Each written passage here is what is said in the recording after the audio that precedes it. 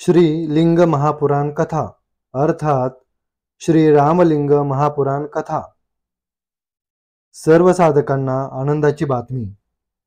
भगवान राम, कृष्ण, छत्रपती शिवाजी महाराज यांनी पूजलेले समाजाचे कल्याण करणारे शिवलिंग याविषयी अत्यंत दुर्मिळ, कधीही न ऐकलेली सत्यकथा म्हणजे श्री लिंग महापुराण कथा अर्थात श्री रामलिंग महापुराण कथा। साधक हो, VBK ट्रस्टचे श्री अमृतमंथनेश्वर कल्किदत्त मंदिर, पाषाणवाडी, शिरूर, घोडनदी, जिल्हा पुणे, महाराष्ट्र येथील पंडित चतुर्वेद सायंटिस्ट श्री वत्सवक्षा भगवंत परमहंस परिव्राजकाचार्य श्री काशी विश्वेश्वरानंद सरस्वती महाराज यांच्या अमृतवाणीत श्री लिंग महापुराण कथा अर्थात श्री रामलिंग महापुराण कथा दररोज सायंकाळी 7 ते 8 या वेळेत अवश्य लाभ घेणे।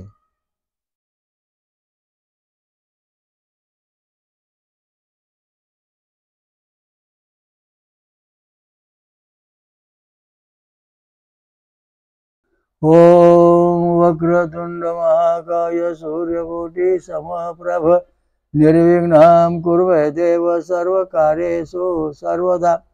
ओम गुरु ब्रह्मा गुरु विष्णु गुरु देवो महेश्वरा गुरु साक्षात् परम ब्रह्म तस्मै श्री गुरुवे नमः।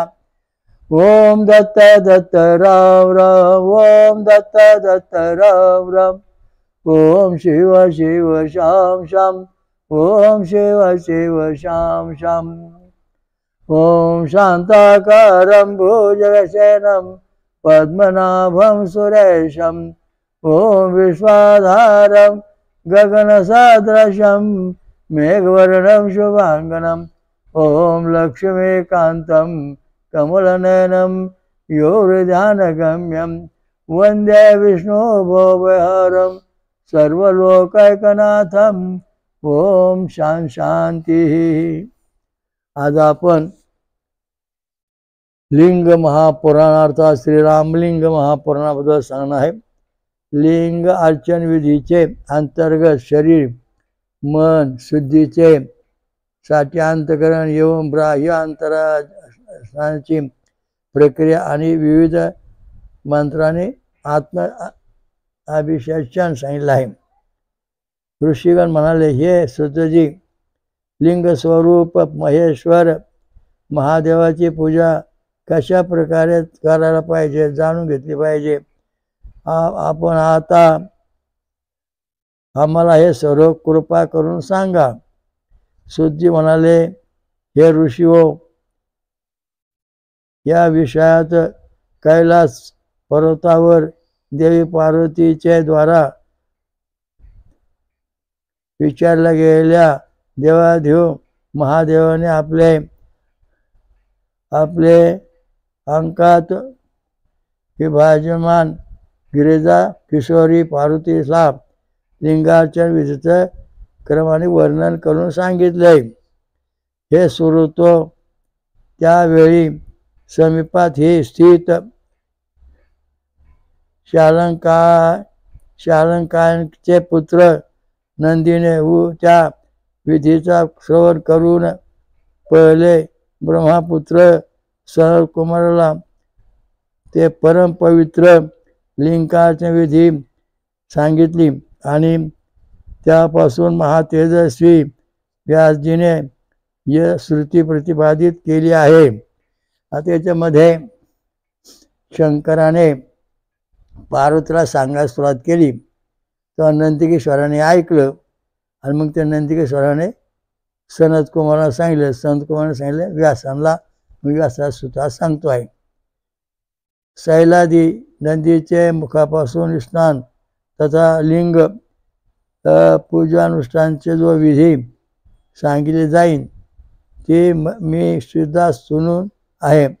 स्नान तथा अर्वाचन विधीचं आपण लोकांपासून वर्णन करू। शैलादी आणि नंदिकेश्वर म्हणाले, शैलादियाच्या पहिलं नाव आहे म्हणतात शैलादी नंदी म्हटले। ब्रह्माचे कल्याणासाठी निमित्त आता मी स्नान विधीचे विषयात सांगतो। विधिपूर्वक केले गेले स्नान सभी पापों से दूर करने वाला होता है। पूर्व कालात स्वयं भगवान शंकर ने याचे महत्वाचे वर्णन केले आहे। या विधीपासून स्नान केल्याने बाद भक्तिपूर्वक एक बार शंकर जी पूजा करून विधिपूर्वक निर्मित ब्रह्मकूर्च पंचगव्याचा पान मनुष्य सभी पापों से मुक्त हो जाता है। पंचगव्य गायचं दूध तूप हे 5 शेण हे 5 गवी पंचगव्य आहे। मग ते पंचगव्य घ्यायचं त्याने मग आंघोळ करायची, म्हणजे सगळं पाप धुवून जातंय। म्हणून गायचं गोमूत्र आंघोळ टाकून आंघोळ केल्यानंतर हे पाप नष्ट होत। हे ब्रह्माचे उत्तम पुत्र ब्राह्मण आदीपासून हितासाठी देवादिदेव शंकराने 3 प्रकारचे स्नानाचे वर्णन केले आहे। सर्वप्रथम जल स्नान, पण आंघोळी करायचं, कणगबाद नंतर श्रेष्ठ अग्नि स्नान म्हणजे भस्म स्नान, आणि पुन्हा मार्जन म्हणजे मंत्र स्नान करून पुन्हाची पूजा केली पाहिजे। आता या ठिकाणी महत्त्वाचा मुद्दा आहे। पहिलं आपण आंघोळ करताना गंगा जलाने आंघोळ करायची, नंतर आंघोळ झाल्यानंतर भस्म स्नान म्हणजे भस्म आहे ते कपाळ लावायचे, आणि मग मंत्र स्नान म्हणजे मंत्र म्हणायचे, ओम नमः शिवाय किंवा जे आपल्या शंकरा स्तुती येत असेल तर ते मंत्र म्हणलं। हे 3 प्रकारचं स्नान सांगितलं आहे। हे 3 प्रकारचं स्नान साधू लोक करतात, सर्वसाधारण मनुष्य हे करीत नाही। कारण सर्वसाधारण जो मनुष्य आहे त्याला मोह मायामधून हे करता येत नाही। म्हणून भगवान शंकराने सांगितलं, पहिलं गंगाचं नाव हर हर गंगे असं म्हणून पहिले स्नान करायचं, नंतर ओम नमः शिवाय म्हणून सर्व अंगाला भस्म लावायचं, हे दुसरं भस्म स्नान अग्नि स्नान। आणि तिसरा जे आहे तर भस्म लावून झाल्यानंतर मंत्र स्नान, मंत्र म्हणजे ओम नमः शिवाय म्हणून आपल्या अंगावर भस्म टाकायचं, मंत्र म्हणायचा सगळ्या शरीरात। म्हणजे आता आपण मंत्र म्हणणार कसं, ओम भूम भुवं स्वं अहं जनम तमं सत्यम ओम तत्सवितुर्वरेण्यं भर्गो देवस्य धीमहि धियो यो नः प्रचोदयात् ओम एकदन्ताय विद्महे वक्रतुण्डाय धीमहि तन्नो दन्तिः प्रचोदयात् ओम लं ओम शं शं शं ओम चतुर्मुखाय विद्महे हंसारूढाय धीमहि तन्नो ब्रह्मा प्रचोदयात् ओम बम भम यम रम लम ओम नारायणाय विद्महे वासुदेवाय धीमहि तन्नो विष्णुः प्रचोदयात् ओम रम ओम डम ढम नम तम थम पम फम ओम तत्पुरुषाय विद्महे महादेवाय धीमहि तन्नो रुद्रः प्रचोदयात् ओम यम ओम कम खम गम घम नम चम चम टम ठम ओम सहस्रनेत्राय विद्महे वज्रहस्ताय तन्नो इंद्रः प्रचोदयात् ओम हम ओम हामी मीरुर्य महा ओम स्वर विद्महे ब्रह्म धीमहि तन्नो देवी प्रचोदयात् ओम हम ओम क्लां क्लीं क्लीं क्रों क्लीं कहा ओम दिगंबराय विद्महे अवधूताय धीमहि तन्नो क्षम ओम विश्वरूपाय विद्महे निरंजनाय धीमहि तन्नो विराटः प्रचोदयात् ओम कम ओम हामी मीरुर्य ओम हा ओम कम खम गम घम नम लक्षाज्ञम ओम महाज्वाला विद्महे अग्निदेवाय धीमहि तन्नो अग्निः प्रचोदयात् ओम आपो ज्योतिरस्वामृतम ब्रह्मर्भुर्भास्वरम। अशा प्रकारचं हे मंत्र स्नान झालं। आता ज्यावेळेला आपण गंगेचं पाणी घेतो अंग हर गंगे महादेव हर हर गंगे मैया की जय, हर हर गंगे मैया की जय असं म्हणून पाणी आंघोळ करतो। त्याच्यानंतर आंघोळ झाल्यानंतर आपण पुन्हा अंगाला पांढऱ्या भस्माचे कपाळाला 3 पट्टे, दोन्ही हातावर 2-2 असे 3 पट्टे, छातीवर पट्टी लावतो। ते मंत्र भस्म स्नान म्हणजे अग्नि स्नान झालं। आणि हे आता बोलते मंत्र स्नान। अशा एवढा विधी केल्यानंतर आपल्या शरीरावर जे काय बला पिढा करणी जादू टोना काळी विद्या येत नाही, चिकटत नाही। आणि हे असं करायचं कारण काय, याला फार महत्वाचं कारण आहे। कारण म्हणजे कसं, जसं आपण कपडे घातल्यावर थंडी वाजत नाही त्याप्रमाणे आपण आंघोळ करतो गंगेच्या पाण्याने, तेव्हा आपल्या शरीरावरती गंगा जलाचं कवच तयार होतं. त्याच्यानंतर दुसरं भस्म स्नान घालतो, भस्माचं कवच तयार म्हणजे आग्नेय कवच तयार होतं. ते भस्म याच्यामध्ये फार महत्त्वाचा मुद्दा आहे. आग्नेय कवच भस्म म्हणजे भस्म आपण शरीराला लावलं, कपाळात 3 पट्टे, नंतर छातीवर 3 तीन, नंतर ह्या हातावर 3 मुद्रा पट्टे लावल्यानंतर हे अग्निभस्म स्नान झालं.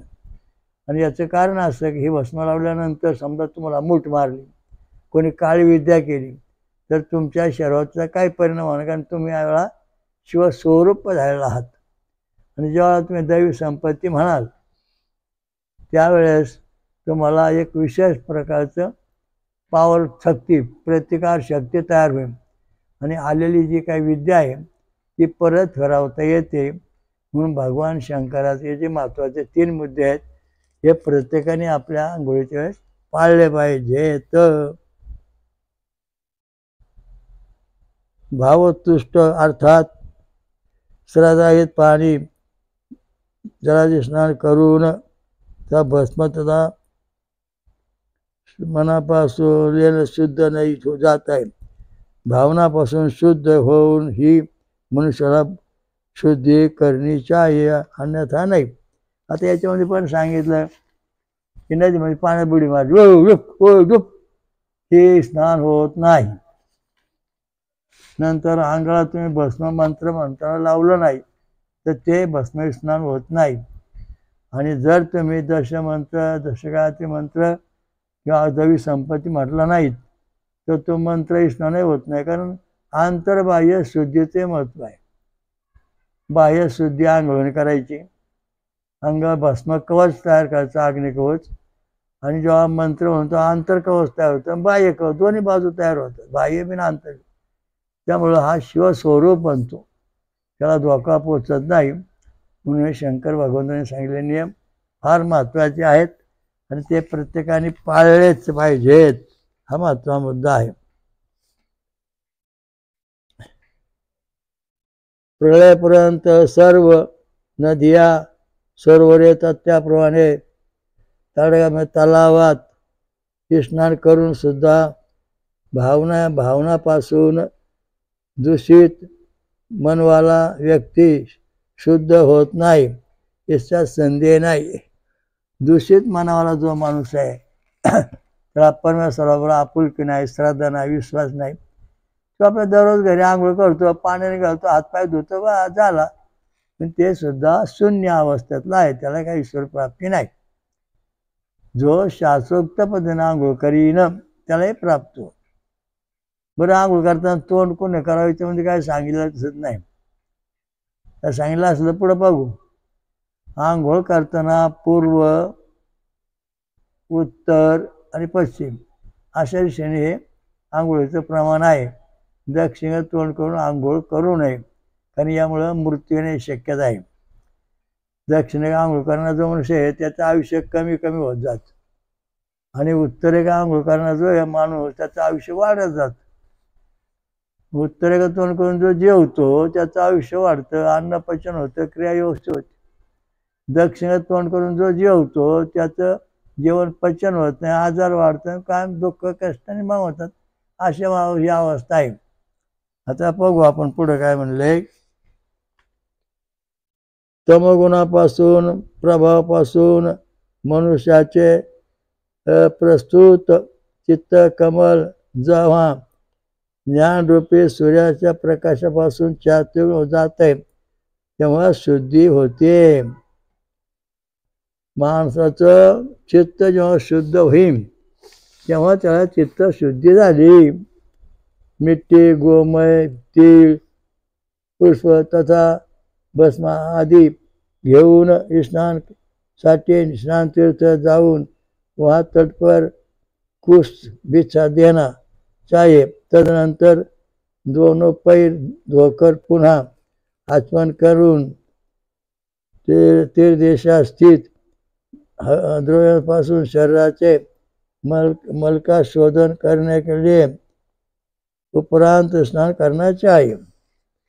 म्हणजे आपल्या सगळ्या क्रिया शास्त्र शुद्ध पद्धतीने पार पडल्यानंतर मग आंघोळ करायची.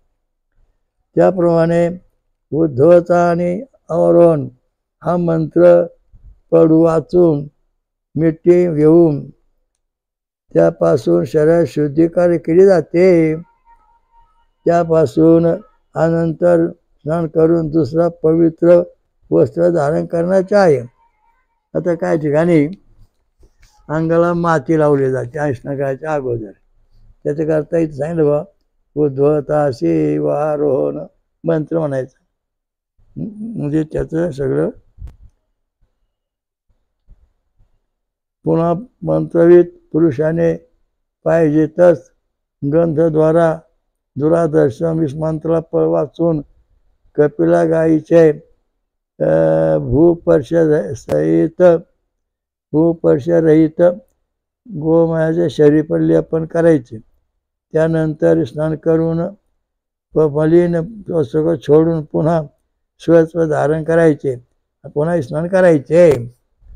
आता याच्यामध्ये पुन्हा सांगितलं गायचं कपिला गायचं शेण आणून अंगाला लावायचं आणि पुन्हा अंघोळ करायची.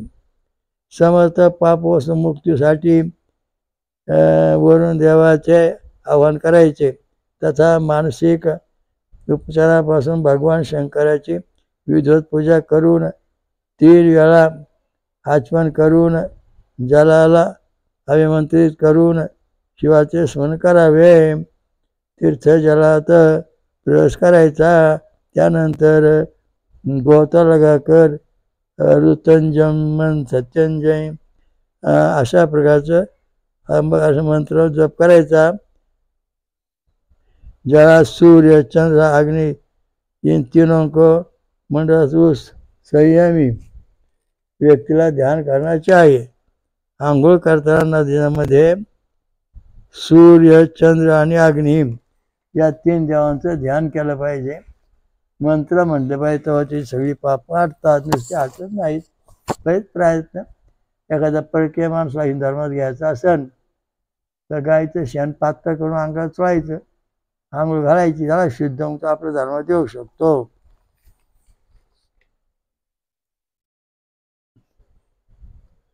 तमोगुणापासून मनुष्याला प्रस्तुत चित्ताचा जेव्हा ज्ञानरूपी सूर्याच्या प्रकाशापासून चेतना होत जाते तेव्हा तो शुद्ध होतो. मिट्टी गोमय तेल पुष्पचा भस्म आदी होऊन घेऊन स्नान करायचंय. आता कपाळा गंध लावायचा आहे. त्याला मंत्र म्हणायचा आहे. समज पापापासून मुक्तीसाठी वरून देवाचे ध्यान करायचे. मानसिक उपचारासाठी भगवान शंकराची पूजा करायचे. 3 बार आचमन करून जलाला आमंत्रण करायचे. शिवाचे स्मरण करते तीर्थजलात प्रवेश करे. इसके बाद गोत लागून कृतंजन सत्यंच असा मंत्र म्हणून आंघोळ करायची. सूर्य इंद्र चंद्र आणि अग्नी यांची 3 देवांची नावं घ्यायची.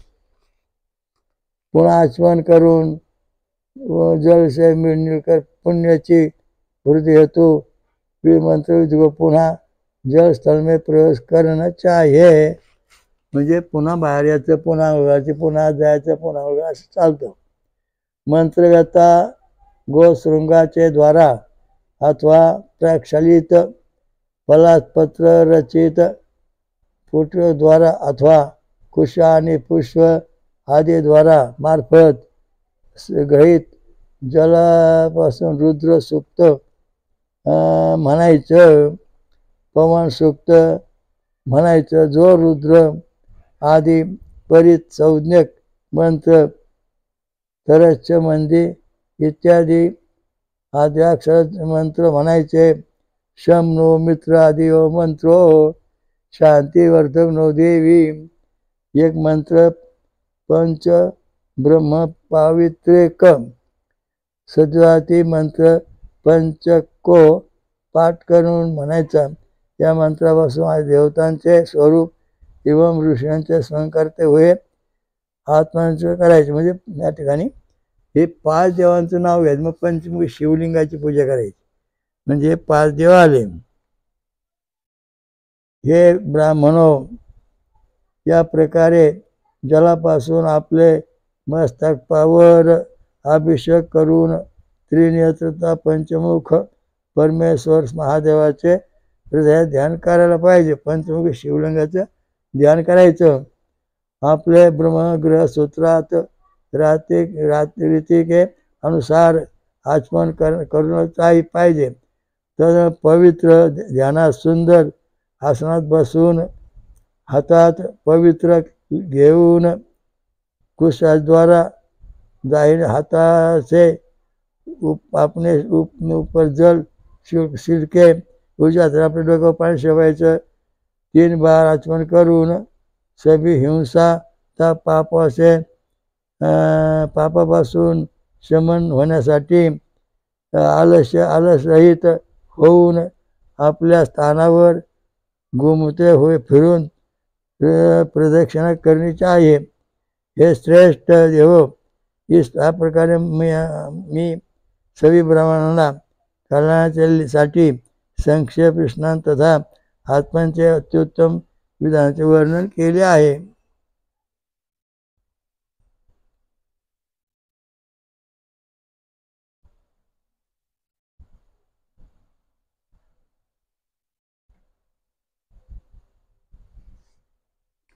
याप्रमाणे आंघोळ कशी करायची, पवित्र कसं राहायचं याच्यामध्ये सांगितलं. आता हा अध्याय संपलेला आहे. पुढे काय म्हणजे बघा. भगवती गायत्रीचं आव्हान तथा जप, सूर्याची प्रार्थना, सूर्यसूक्तांग पाठ, देव ऋषी पितृतर्पण, पंचमहायज्ञाचे अनुष्ठान, भस्मन तथा मंत्र स्नान याचे महत्वाचे मध्ये याच्यात सांगितलेले आहेत. ते आपल्याला करणं आवश्यक आहे.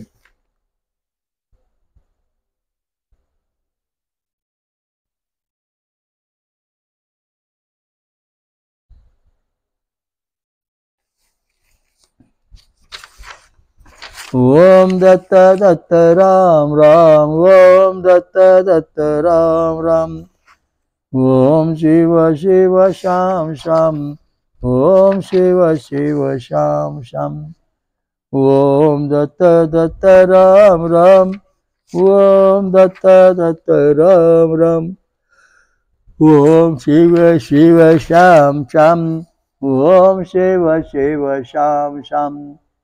आता हा जो विधी आता सांगितला आहे याच्यावरून फक्त मंत्र म्हणून म्हणणार आहे शरीर शुद्धीसाठी. ओम वक्रतुंड महाकाय सूर्यकोटी समप्रभ निर्विघ्नं कुरु मे देव सर्व कार्य सर्वदा. ओम भूवं भुवं स्वं महं जनं तपं सत्यं. ओम तत्सवितुर्वरेण्यं भर्गो देवस्य धीमहि धियो यो नः प्रचोदयात्. ओम एकदंता विद्महे वक्रतुंडाय धीमहि तन्नो दन्ति प्रचोदयात्. ओम लं वं शं शं शं.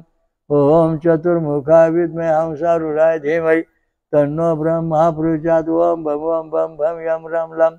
ओम नारायणाय विद्महे वासुदेवाय धीमहि तन्नो विष्णुः प्रचोदयात्. ओम रं वं ढं ढं नं तं तं पं पं. ओम तत्पुरुषाय विद्महे महादेवाय धीमहि तन्नो रुद्रः प्रचोदयात्. ओम यं वं कं खं गं गं नं चं चं ठं ठं.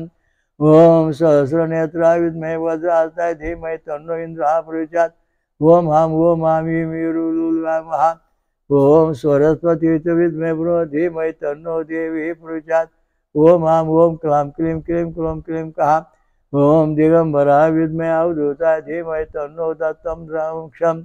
ओम विश्वरूपाय विद्महे निरंजनाय धीमहि तन्नो विराटः प्रचोदयात्. ओम कम वम ओम आमी मीरु लुलुलाय ओम हा. ओम कम खम गम गम नम चम लक्षाज्ञम. ओम महाज्वाला विद्महे अग्निदेवाय धीमहि तन्नो अग्निः प्रचोदयात्.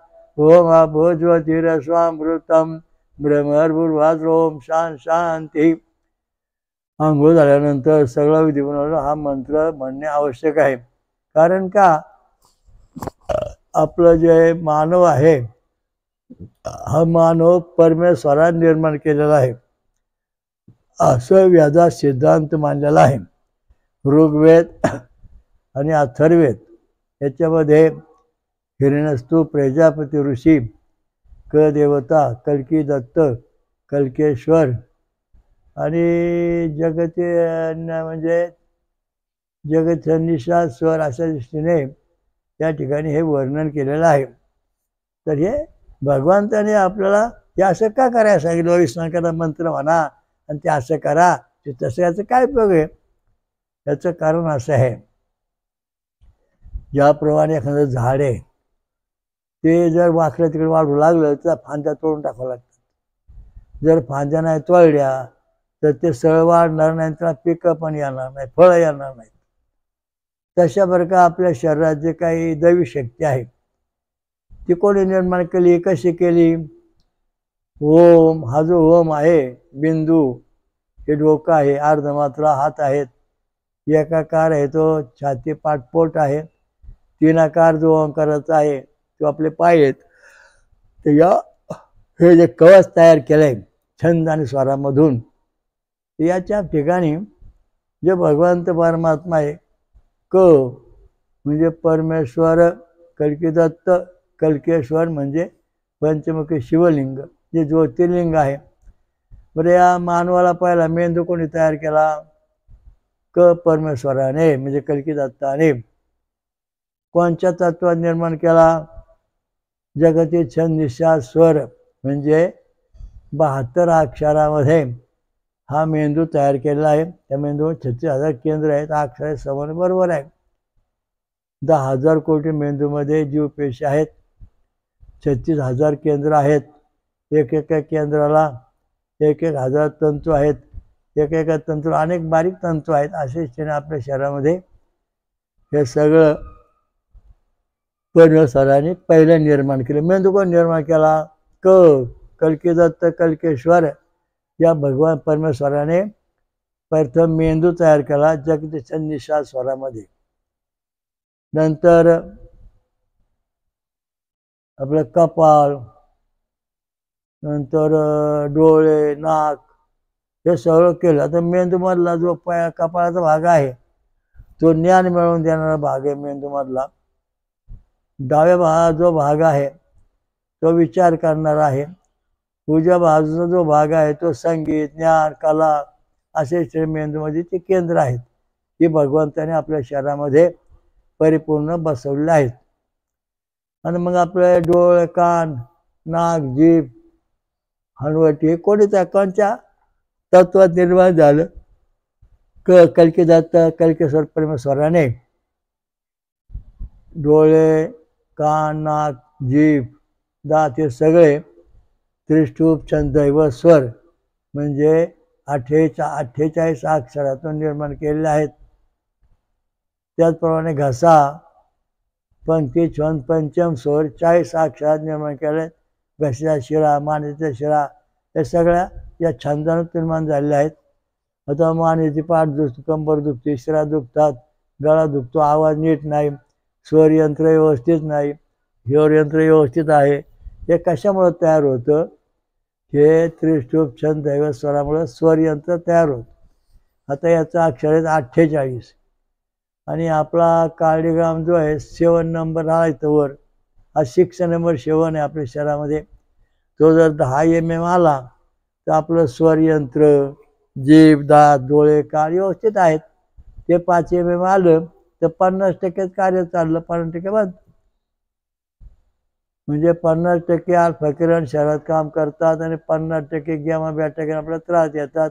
म्हणजे डोकं कायम दुखणे, डोळे कायम दुखणे, सर्दी कायम होणे, पल्स कायम मिळेल, शरीरातले सगळे विकार इथं घडतात. कशात? त्रिष्टुप छंद दैव स्वरात. आणि 800 अक्षर म्हणजे आपण गायचं म्हणजे 2 झोपला, 2 24 2 48 म्हणजे या ठिकाणी अनुष्टुप छंद त्रिष्टुप छंद दैव स्वर प्रगट झाला. आपले डोळे, कान हे सगळे आपल्या व्यवस्थित झालेले आहे होतात. आता पुढं की घसा, मान, ही पंचम सोडी 40 अक्षराचं दोन्ही आहेत. इंद्रदेवतेचं अधिष्ठान, हे दत्ताचं अधिष्ठान, विराट रूपाचं अधिष्ठान आपण पाहिलं. हे इंद्रदेवाचं अधिष्ठान आहे. हे स्वर्ग अवस्था आहेत, म्हणजे स्वर आहेत. मा मी मी रु लु लु असे. ते वरचा द्रावण क्ष होते, वरचं ते न्याय होते. तर याच्यात हे स्वर आहेत. त्या स्वरामुळं आपण बोलू शकतो, चालू शकतो, गाऊ शकतो आणि मंत्र व्यवस्थित म्हणू शकतो. मग स्वर चांगले तर वाईट आपले हे पण आता आपण आपल्या संश्रवंतापासून पाहू शकतो. पंक्ती छंद म्हणजे पाचवा, आपल्या हृदयामध्ये पाचवं जे बटन आहे, म्हणजे डाव्या बाजूला जे पाचवं बटन आहे ते बटन जर समजा 10 mm आलं तर तुमचं शरीरातले स्वर चांगले आहेत, आवाज चांगला आहे, मधुर आहे, तुम्ही व्यवस्थित गाऊ शकता, व्यवस्थित बोलू शकता, उच्चार व्यवस्थित करू शकता, न अडखळता बोलू शकता. म्हणजे या ठिकाणी जर ते 5 mm आलं तर तुम्ही ल ल ल म्हणजे उच्चार चुकीचे करणार आहात, उच्चार चांगले करू शकत नाहीत आणि या ठिकाणी म्हणजे ते मंत्र व्यवस्थित उमटू शकत नाही. हा महत्त्वाचा मुद्दा आहे. म्हणून या ठिकाणी पंक्ती छंद पंचम स्वर हा 40 अक्षराचा मंत्र आहे आणि त्या पद्धतीने आपण मंत्र म्हटल्यानंतर मग आपलं स्वरयंत्र 1 नंबरमध्ये गावं लागतं. पडजीप हे जे आपल्या शरीराचे इथं घशामध्ये कंठ आहे, आवाज कंठ, स्वर कंठ, कंठ स्वरयंत्र आपल्या घशात आहे, ते किती पॉवरफुल आहे याचा आपण आता विचार करू. तर आपल्या घशामध्ये स्वरयंत्र आहे, गाण्याचं भजन कीर्तन करण्याचं, ते किती पॉवरफुल आहे वा, किती चांगलं आहे, किती वाईट आहे, त्याचा काय परिणाम होतो. जर समजा नंबर 5 हा व्होल्टेज जर आला 10 mm तर तुमचा आवाज चांगला आहे, स्वरयंत्र 100% उत्तम आहे, त्यामुळे तुम्हाला धोका नाही, तुम्ही चांगलं भजन कीर्तनकार करू शकता, प्रवक्ते होऊ शकता, ज्ञान मिळू शकता, बोलू शकता. जर हे 5 mm आलं तर 50% फक्त तुम्हाला बोलता येईल. राम राम म्हणजे असे क्षण तुमचे उच्चार कमी होणार आहात. बरेच मुलं पाहतो मी, माणसं पाहतो, त्यांचा आवाज चांगला नंद नंद नंद नंद असे म्हणतात. ओम दत्त दत्त राम राम, ओम दत्त दत्त राम राम, ओम शिव शिव श्याम श्याम, ओम शिव शिव श्याम श्याम. हे स्वरयंत्र या ठिकाणी व्यवस्थित काम करते, 100% काम करते. आणि याच्यामधले जे स्वरयंत्र आहेत, तंतू आहेत, ते कुठेही तुटलेले नाहीत, चांगली व्यवस्थित सगळे चांगल्या व्यवस्थेमध्ये आहेत. कारण 10 mm आणि 5 mm मध्ये आल्यानंतर धन राम राम, दत्त राम राम, शिव शिव श्याम श्याम म्हणजे असं अडखळत वाकडे तिकडे तो मंत्र म्हणतो. म्हणजे तुमचं स्वरयंत्र जे आहे ते 50% बिघडलेलं आहे. हे शाळा कॉलेज सगळ्या लोकांना याची अत्यंत गरज आहे. मी बरेच मुलं पाहतो त्यांना बोलता सुद्धा नीट येत नाही, कारण त्यांचं स्वरयंत्र चुकीचं आहे. ही शिजी काढलं तर कळतं का स्वरयंत्रात दोष आहे. मग हे दुरुस्त कसं करायचं, याच्याकरता भगवान शंकराची पूजा करायची, मंत्र म्हणायचं, म्हणजे दुरुस्त झालं. आता पुढचं हृदय ब्रचन मानन स्वरा हे 36 अक्षराचा मंत्र इथं आहे आणि शिवतत्व इथं आहे. कम खम गम असे मंत्र या ठिकाणी आहेत. आणि मग हे समजा 10 mm आलं तर आपलं हृदय 100% व्यवस्थित आहे. पण हृदयामध्ये 6 बटणं आहेत, ती 6 बटणं 10 mm यावं लागतील, तेव्हा तुमचं हृदय व्यवस्थित काम करते, सिद्ध होईल. आणि जर समजा ते यंत्र ते जर काही 3 निगेटिव्ह आणि 3 पॉझिटिव्ह, तर तुमचं समजा उजव्या बाजूचं पॉझिटिव्ह आणि डाव्या बाजूचं निगेटिव्ह आहे, तर उजव्या बाजून जो जीवात्मा आहे, शिवात्मा, तो तुमचं व्यवस्थित काम करतो. डाव्या बाजून जो जीवात्मा आहे तो काम करीत नाही, ते बंद पडलेला आहे. त्यामुळं आपल्या शरीरामध्ये कार्डिओग्राम काढणे दरवर्षी अत्यंत महत्त्वाचं आहे. त्याची तपासणी करणे अत्यंत महत्त्वाचे आहे. एक तर तुम्ही डॉक्टर दाखवा किंवा आपल्या कल्की दत्त मंदिरात तिथे संशोधन आपलं केंद्र आहे, त्यात येऊन त्याची चौकशी करून घ्या, आणि तुम्हाला कळेल की आपलं हृदय किती चांगलं काम करते, त्याचं उपचार पद्धती काय ते सांगितले जाते. कारण कार्डिओग्राम बिघडल्यानंतर हृदयाचा दुरुस्त करण्याकरता 1 लाख ते 1,000 कोटीपेक्षा जास्त खर्च येतो, तरी ते दुरुस्त होत नाही. हृदयामध्ये बंडल ऑफ ब्रँच या नावाचा एक महत्त्वाचा आजार होतो. कारण दोन्ही बाजून जे वलय आहेत व्यवस्थित नालासारखे, ते दोन्ही वलय जेव्हा आपण चांगले मंत्र म्हणत नाही, व्यवस्थित अन्न खात नाही, तेव्हा याचा बंडल ऑफ ब्रँच म्हणजे हृदयाची गुंतवणूक सुरू होते आणि मग लक लाक लाक धडधड करतोय, काळीच पळतोय, घाबरतोय, भीती वाटते, आलं भूत आलं, खैस आलं, राक्षस. हे सगळ्या अंधश्रद्धा आपल्या डोक्यात घुसतात. झटपट डॉक्टर जाऊन आपला इशी काढायचा, आपली साही बटणं व्यवस्थित काम करते पाहायचं, नसली व्यवस्थित करीत ॲडमिट व्हा किंवा आमच्या आसमा भेट देऊन अधिक माहिती मिळवा. त्याचं कारण असं आहे की आताच्या काळामध्ये जवळजवळ 90% लोकांना आजार आहे आणि त्याच्यातले 10% लोक याच रोगाने मारतात. माझ्यासमोर बऱ्याच शेटची भरती बडी बडी लोक मेली. मी त्यांना ओरडून सांगितलं, तुमचे कार्ड काम दाखवा राहो. हा, आम्हाला काय गरज नाही त्याची. चरबी वाढली कार्यक्रम बिघडला, मांसाहार केला कार्यक्रम बिघडला, वाकड्या तिला पळाले कुठं काय लफडत ते कार्यक्रम बिघडला. म्हणजे असेच हे कार्यक्रम नष्ट होत चालतं. आणि कार्यक्रम नष्ट झाल्यानंतर त्या जीवनात त्याला अपघाती मृत्यू आला, म्हणजे आला अटॅक. आपण म्हणू अटॅक येतच नाही, कारण ती साई बटनापैकी सगळी बटणं निगेटिव्ह, म्हणजे खाली पाय खाली डोकं होतं आणि मग सगळं कार्य बंद पडतं, हृदय कार्य बंद पडतं, मानसिक ताण वाढतो, मनाला शांती मिळत नाही, धडधड धडधड धडधड करतं काळी लागला. कारण मी आता पाहतोय जवळजवळ 10% ते 20% लोकांना हा आजार आहे. त्याच्याकरता एक तर डॉक्टरचं पद्धतशीर औषध घ्या, मध्ये सोडू नका. दरवर्षी ECG काढा कार्डिओग्राम हृदयाचा आणि तपासून घ्या, तेव्हा तुम्हाला कळेल की आपलं हृदय बरोबर काम करतंय का. कारण मेंदू हा शरीराचा असून हृदय हा शरीराचा त्याचा घटक आहे. कारण हृदय आणि मेंदूचा संबंध सतत जर आला तरच आपलं जीवन राहते, आपण कळतोय, तसं कळू शकत नाही. याच्याकरता नेहमी कार्डिओग्राम काढा पाहिजे. शाळेत गेलेली मुलं घाबरून पडतात, काय मुलं पेपर लिहिताना मारतात, काय कायला भीती वाटते, गाडीवर चाललं का थरथर कापतो, काय कायचा थरकाप होतो, कायला भीती वाटते, कुठे साप बिच्छू पाहिलं का तो भेटतो. याचं कारण का, तर आपला कार्डिओग्राम जो आहे ना शरीरातला तो कमकुवत आहे, त्यामुळे ही भीती निर्माण झालेली आहे. मग याचं कोंबडं, त्याचं बकरं, याचं तांडव, याचं वारं, त्याचं वारं, अरे सगळं खोटं आहे. वारी होऊन माणसं नीट होत नाहीत, लक्षात ठेवा. पण मग कार्डिओग्राम दुरुस्त केल्यावर माणसं नीट होतात. ह्या अंधश्रद्धा काढून टाका डोक्यातून. आणि ही जी काय कोंबड्यात पिळून चिव चालली ना सगळ्या लोकांची, महाराज लोकांची, ती काढून टाका. 17 जण 17 मत घेऊ नका, एकच मत. कार्डिओग्राम व्यवस्थित पाहिजे. डॉक्टर, मशीन आणि वेद मंत्र, छंद आणि स्वर यांचा आपण पक्का अभ्यास केला तर आपल्या जीवनाला कधी धोका नाही. माझा एक मनुष्य आला, त्याला सांगितलं, म्हणजे तुमचं आयुष्य 40 वर्षाचं आहे, ते फार दिवस जगणार नाही. मी म्हणलं तुमचं कार्डिओग्राम करून दाखवा. तेव्हा तो कार्डिओग्राम 3 mm 5 mm होते साई बटन. म्हणलं अशाची करा, असा देवाचं नाव घ्या, शंकराची भक्ती करा, दत्ताची भक्ती करा. आणि हे दत्त महाराजांनी शरीर निर्माण केले, कल्की दत्ताने आपलं कार्य हे दिलेलं आहे, याची आराधना करा.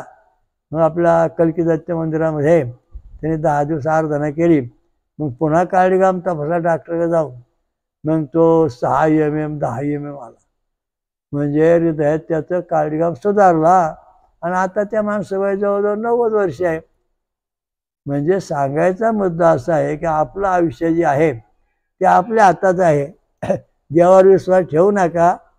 देवाने तुम्हाला आयुष्य दिलेलं आहे, परमेश्वर नीट करतो, परंतु तुमच्या हृदयात काय बदल होतो पहिला पहा. खाण्यापिण्यामुळे कार्डिओग्राम बिघडतो. शाकाहारी फलाहारी माणसं कार्डिओग्राम कसे 100% आहेत का? शाकाहारी माणसं कार्डिओग्राम 100% आहेत का? अमंगळ खाण्याचे कार्डिओग्राम कसे आहेत? सगळे बेरी डॉक्टर पाहतात आणि त्याच्यावर सांगतात तुमचं 70%, 80%, 90% कार्डिओग्राम चांगला आहे. त्यातलं काही शिरा गेलेले असतात, कमी कोस झालेले असतात, हृदयाचं चलन व्यवस्थित होत नाही, त्यामुळे आपल्या शरीरात आपला केव्हा धोका सांगता येत नाही. तेव्हा प्रत्येकाने आपलं हृदयाचं कार्डिओग्राम दरवर्षी डॉक्टरकडून तपासलाच पाहिजे. त्यात काय दुरुस्ती केलीच पाहिजे. ती जर दुरुस्ती केली नाही तर तुम्हाला अनेक ठिकाणी अनेक रोगराई होईल. आता होल्टेज नंबर 1 जर बिघडला तर तुमचं कंबर दुखणार, 2 नंबर बिघडला तर संतती होणार नाही, 3 नंबर बिघडला तर बेंबीत दुखणार, 4 नंबर बिघडलं तर हृदयात कळा येणार, 5 नंबर बिघडलं तर घसा कंठा दुखणार, 6 नंबर बिघडलं तर डोकं दुखी थांबणार नाही, 7 नंबर बिघडलं तर वेळ लागणार आणि बोंबा बोंब करणार, शाद येणार, कुत्र्याने भुकणार. ही गोष्ट त्या 7व्या नंबरमध्ये आहे. तरी 6 बटणं आपली पॉझिटिव्ह होते आणि तेव्हा आपला मेंदू सरळ होतो, कार्य करतो. लक्षात ठेवा. याला VCG मध्ये वेद छंद काळीगाम म्हणतात. ते आपलं जगामध्ये प्रथम संशोधन आहे. 68-60 सालापासून आपण याच्यावर समाजाला सल्ला देतो आणि उपचार करायला सांगतो, त्यामुळे त्याला फायदा होतो. वेद मंत्राचा उपचार याच्यावरती 100% होतो. ये विरक्तगट गणपती भक्ती करा, तुमचे काळीगाम सुधारतील. ओ रक्तगट विष्णू भक्ती करा, तुमचे काळीगाम सुधारतील. ये रक्तगट शिवशंकर भक्ती करा, तुमचे काळीगाम सुधारतील. बी रक्तगट म्हणजे सूर्यनारायण भक्ती करा, तुमचे काळीगाम सुधारते. असे हे प्रत्येकाचं झटपट सुधारणा होते. याच्या कपाळ त्याच्या कपाळ त्याच्या कपाळ. कोंबडीचे पिलवारी झाली माणसं, प्रत्येकाची मतं वेगळी वेगळी आणि आपले हाल एकनिष्ठ. एक काळीगाम दाखवून तपासून घ्या. वेद मंत्र म्हणा, त्याप्रमाणे देवांची पूजा करा. तुम्हाला येत नसतील पूजा करा तर ब्राह्मण गाठा, मंत्र म्हणून घ्या. सुख शांती मिळेल. दरवर्षी काळीगाम तपासलाच पाहिजे. अनेक घरांनी अनेक माणसं पट्टपट मेली. ओरडून ओरडून सांगितलं तुमचे काळीगामाला तपासून दाखवा. नाही नाही म्हणे, आम्हाला ते भूत लागलं, हा खैस लागला, हा राखलाय, ते अंगात आलं, ते भूत होत आहे. अहो काळीगाम तपासा, तुमच्या भूत खैस लगेच कळलं. कारण काळीगाम जे आहेत, जेव्हा आपलं आरोग्य चांगलं असेल तेव्हा त्याच्यामध्ये कुठला बिघाड होत नाही. पण जेव्हा आपल्या शरीरामध्ये पिशाच्याचा प्रयोग होतो किंवा अदृश्य शक्तीचा काही प्रयोग होतो किंवा चरबी वाढते किंवा अमंगळ खाल्लं जातं किंवा अजीर्ण होतं, अशा अनेक कारणामुळे किंवा वातावरण बिघडतं, व्हायरस होतो, यामुळे काळीगाम बिघडतो आणि मग आपला जीव बेततो. म्हणून नेहमी दरवर्षी हा काळीगाम प्रत्येकाने तपासलाच पाहिजे. आता पुढं म्हणजे आपण बेंबीपाशी आलो. तिथं अनुष्टुप छंद गांधार स्वर विष्णू तत्वाच. त्याला 32 अक्षरी मंत्र आहेत. आता पोटदुखी जी आहे आपली, बेंबीपासून दुखतं बा, शिरा दुखतात, याच्या ठिकाणी हा मंत्र म्हणणं तर इथला आजार बरा होतो. इथला काळीगाम व्यवस्थित काम करतो का पाहता येईल. हा किती नंबर आहे? 3 नंबर.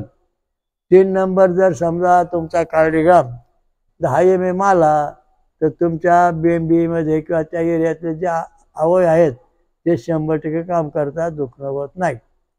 आता त्याच्या खाली आलंय प्रजापती ब्रह्मदेवाचं उष्णिक छंद वृषभ स्वर. हा 28 अक्षरी मंत्र ध्वनीचा मंत्र या ठिकाणी म्हटला जातो. त्यामुळं संतती वंश हे वाढतात. हे काळीगाम 2 नंबर जर तुमचा पॉझिटिव्ह असेल तर तुम्हाला संतती होणार, रंगसूत्र गुणसूत्र सगळे व्यवस्थित चालणार. अशा अनेक गोष्टी याच्यामध्ये आहेत, थोडक्यात सांगतोय म्हणून. आणि पुढं गेल्यानंतर गायत्री षडजा स्वर याचे 24 अक्षर आहेत मूलाधार चक्रात. त्यामुळं पायाच्या अंगठ्यापासून डोक्याच्या केसापर्यंत गायत्री मंत्राचा प्रभाव पडतो. त्याच्याकरता गायत्री मंत्र जपणे आवश्यक आहे. आपलं शरीर जे आहे ना, हे छंद आणि स्वराने बनलेलं आहे. मग भगवंताने आता जे स्वर सांगितले त्या दिशेने आपलं शरीर बनवलेलं आहे. याच्यामध्ये स्वर टाकून दिलेले आहेत आणि ते समतोल राखणे आपलं काम आहे. हा धर्म सनातन धर्म आहे. जर समजा तुमचा हृदयाचं काळीगाम आहे, ह्या हृदयामध्ये समजा 36 अक्षराचा मंत्राच्या लहरी आहेत. ह्या जर समजा 30 अक्षरात झाल्या का 31 तर तुमच्या हृदय कमकुवत होणार, काम करणार नाही, इच्छा होणार नाही, जागेवर बसून राहणार. ते जर समजा 38 39 मध्ये अक्षर वाढली, दोन्ही वाढले तर हृदयामध्ये बडबड होणार, भीती वाटणार, धडकी भरणार. आता जगू नाही म्हणून माणूस प्रयत्न करणार, आत्महत्या. म्हणजे या जितक्या लहरी हृदयात वाढतील तितका तो कंट्रोल सुटतो, गाडीसारखा धडकतो.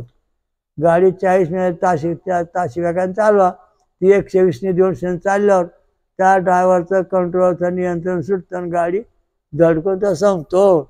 तसा मेंदू जो आपला आहे शरीराचा राजा, त्याचं आपल्या शरीरावर जे नियंत्रण आहे ते स्पंदन क्रिया व्यवस्थित चालली पाहिजे. असे श्री भगवंताने आपलं शरीर बनवलेलं आहे. म्हणून हे मंत्र, आंघोळ्या या सगळ्या गोष्टी शास्त्रोक्त पद्धतीने सांगितल्या आहेत. गंगेचं स्नान करावं, तिथं अमृत स्नान करा. नाशिक, उज्जैन, प्रयाग आणि हरिद्वार इथं कुंभमेळे भरतात साधूंचे. इथे साधू आंघोळ करताचं कारण काय? या गंगेच्या ज्या ज्या ठिकाणी हे कुंभमेळे भरतात त्या ठिकाणी धार्मिक विधी होतो. आणि त्यावेळेस वेद, ऋग्वेद, अथर्ववेद यांचे मंत्र पठण चालू असतं. त्यावेळेस त्या ठिकाणी आपण आंघोळ करायला गेल्यास आपल्या हृदयातले, शरीरातले, डोक्यापासून ते पायापासून 6 बटणं जी आहेत 7, ती 7ही बटणं आपली गंगेत स्नान केल्यानंतर किंवा कुंभमेळ्याला गेल्यानंतर सरळ होतात. तसं नाही जमत आपण आपल्या गावात जातं नदीमध्ये आंघोळ करा. ते जमत नाही तर घरी चांगलं पाणी घेऊन आंघोळ करा आणि मंत्र म्हणा. तेच फळ तुम्हाला प्राप्त होईल. गंगा सर्व ठिकाणी आहे, पळापळी करायची गरज नाही. ओम दत्त दत्त राम राम, ओम दत्त दत्त राम राम, ओम शिव शिव श्याम श्याम, ओम शिव शिव श्याम श्याम, ओम स्वयंभू श्री विश्वराजा श्रीराममंथनेश्वर कलियुग महाराज की जय. स्वयंभू महापंचसागरेश्वरी महादुर्गा शाकंभरी माता की जय. ब्रह्मशास्त्री महासती अनुसया माता की जय. सर्व देव देवता की जय. साधु संतन की जय. धर्म की जय हो. हरिओम दत्त. ओम शांती शांती. VBK ट्रस्ट ची योजना बेकारी संपविणे, वेदमंत्र आणि रक्तगट प्रचार करा. समाजाकडून मदत होते. जगभर घरोघरी प्रचार करा. अधिक माहितीसाठी पुढील पत्त्यावर भेट देणे किंवा संपर्क साधणे.